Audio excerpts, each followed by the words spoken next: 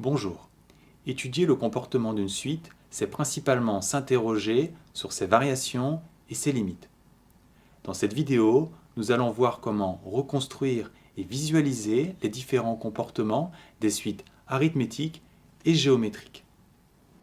Voici une suite arithmétique définie par récurrence avec pour premier terme 5 et pour pas 3, c'est-à-dire que l'on passe d'un terme au suivant en ajoutant 3. Quelles sont ces variations? Il est clair que puisqu'on ajoute 3 pour passer d'un terme au suivant, les termes sont de plus en plus grands, la suite est donc croissante.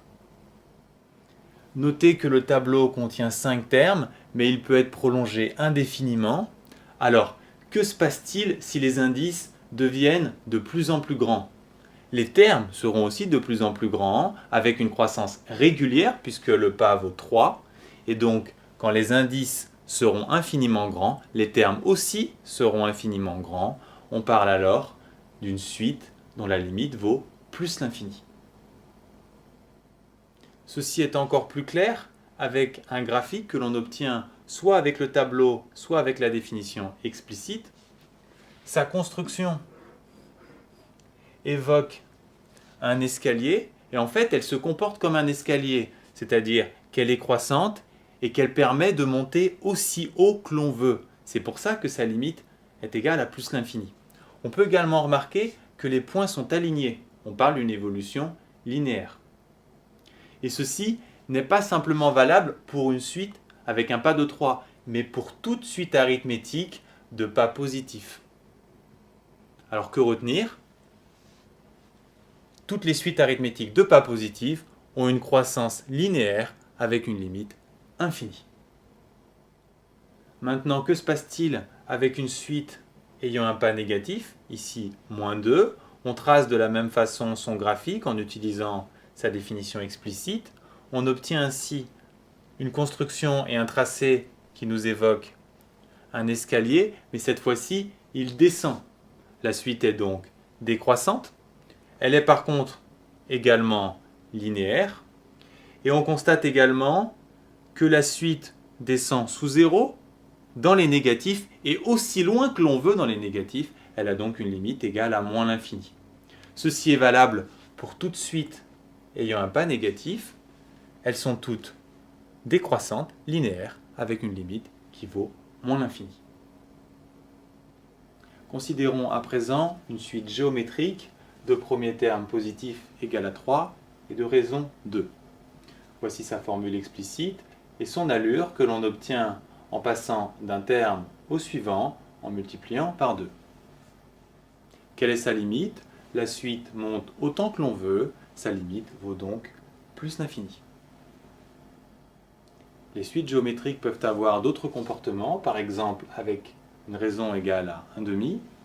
Pour obtenir son tracé, on peut s'appuyer sur sa définition explicite, mais le plus simple est de partir du premier terme 8 et de passer au terme suivant en divisant par 2. Et ainsi de suite. La suite est clairement décroissante. Les termes sont de plus en plus petits, mais toujours positifs. L'allure évoque un atterrissage sur l'axe des abscisses et sa limite est 0. D'où vient la différence entre ces deux comportements? Eh bien de la valeur de la raison. Ici, elle vaut 2, ici 0,5. En fait, toute suite de premiers termes positifs et de raisons strictement supérieures à 1 a une croissance exponentielle et une limite infinie. Et toute suite de premiers termes positifs et dont la raison est comprise entre 0 et 1 sera décroissante avec une limite nulle. Quel est le comportement d'une suite de raisons négatives? Ici, moins 2. Si son premier terme vaut 0,5, le terme suivant vaudra moins 1 et le suivant plus 2. Il y a donc changement de signe à chaque terme, d'où l'allure de cette suite qui évoque des vagues de plus en plus violentes. La suite n'est ni croissante ni décroissante puisqu'elle oscille en permanence et sa limite, eh bien, elle n'en aura pas. Si maintenant on prend une raison égale à moins 0,5, on obtient un tracé dont les oscillations sont de plus en plus petites.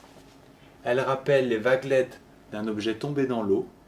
Cette suite oscille, mais par contre, sa limite est égale à 0. En fait, toute suite de raisons strictement inférieure à moins 1 oscillera et n'aura pas de limite, et toute suite dont la raison sera comprise entre moins 1 et 0 oscillera avec une limite nulle. Nous avons vu qu'une suite géométrique de premiers termes positifs et de raisons strictement supérieure à 1 est toujours croissante avec une limite infinie. Si on change le signe du terme initial, qu'on prend moins 3, on aura un tracé parfaitement symétrique et un comportement complètement différent. La suite sera cette fois décroissante avec une limite égale à moins l'infini. De la même façon, si l'on prend une raison comprise entre 0 et 1 et un terme initial positif, nous avons vu que la suite est décroissante avec une limite nulle. Et si l'on change le signe du terme initial, le tracé sera symétrique et donc on aura une suite qui sera croissante avec une limite nulle. Retenez bien ces comportements un peu marginaux associés à un terme initial négatif, notamment pour les QCM. Si par exemple on vous demande si une suite géométrique de raison supérieure à 1 est forcément croissante, eh bien il faut penser à ce genre de cas qui vous fournissent des contre-exemples. Enfin, pour justifier du comportement d'une suite géométrique en termes de limite ou de variation, il vous suffit de préciser le domaine d'appartenance de la raison et le signe du terme initial. Alors que retenir ?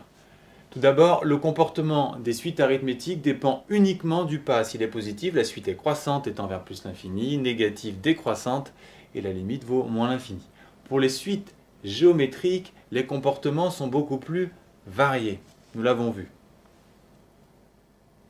Le comportement des suites géométriques dépend notamment de la valeur de la raison Q.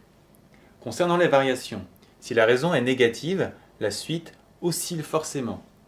Et si la raison est positive, la suite sera forcément ou croissante ou décroissante, c'est-à-dire monotone. Pour la limite, si la raison est comprise entre moins 1 et 1, la limite sera toujours nulle. C'est un résultat essentiel à retenir. Si la raison est inférieure à moins 1, il n'y aura pas de limite, nous l'avons vu. Et si la raison est strictement supérieure à 1, vous aurez soit une limite égale à plus l'infini, soit une limite égale à moins l'infini. Pour trancher, il faudra prendre en compte le signe du terme initial. De même, concernant la monotonie, c'est ce signe qui vous permettra de déterminer si la suite est croissante ou décroissante. Enfin, en cas de doute, souvenez-vous bien qu'un tracé rapide peut vous permettre de retrouver n'importe lequel de ces résultats.